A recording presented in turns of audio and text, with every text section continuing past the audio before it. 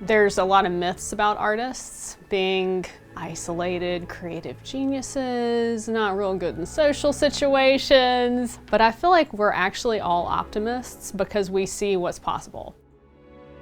Being a community art specialist, the strength of that is going into communities and naturally seeing assets and naturally seeing what communities could possibly do with art or through the process of art or just creatively. That is typically how I approach working with communities.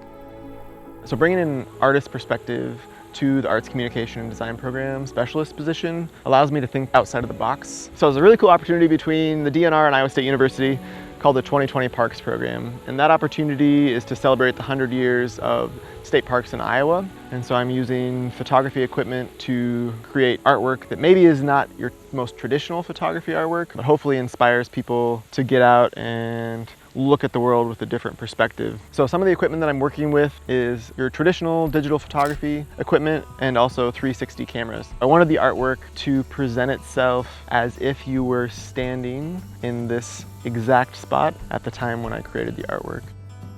The 20 Artists, 20 Parks dovetails into a larger body of work that I'm doing that I started in the spring called the What's Good Project. The What's Good Project essentially is an art and story archive that tries to chronicle what's good in communities across the country.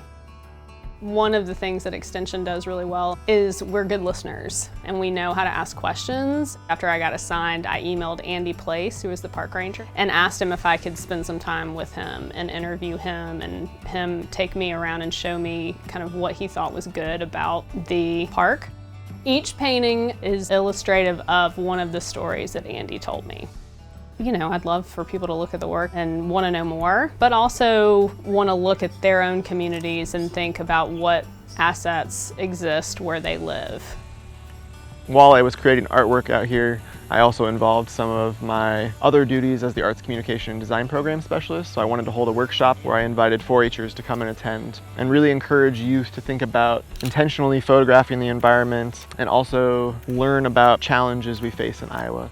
That level of intention is, I guess, a skill that I hope any 4-H'er, any student, or just anybody in general makes time for and practices. ISU Extension and Outreach really values the role that art can play in bringing communities together and in having art be a way to problem solve and build the assets in communities.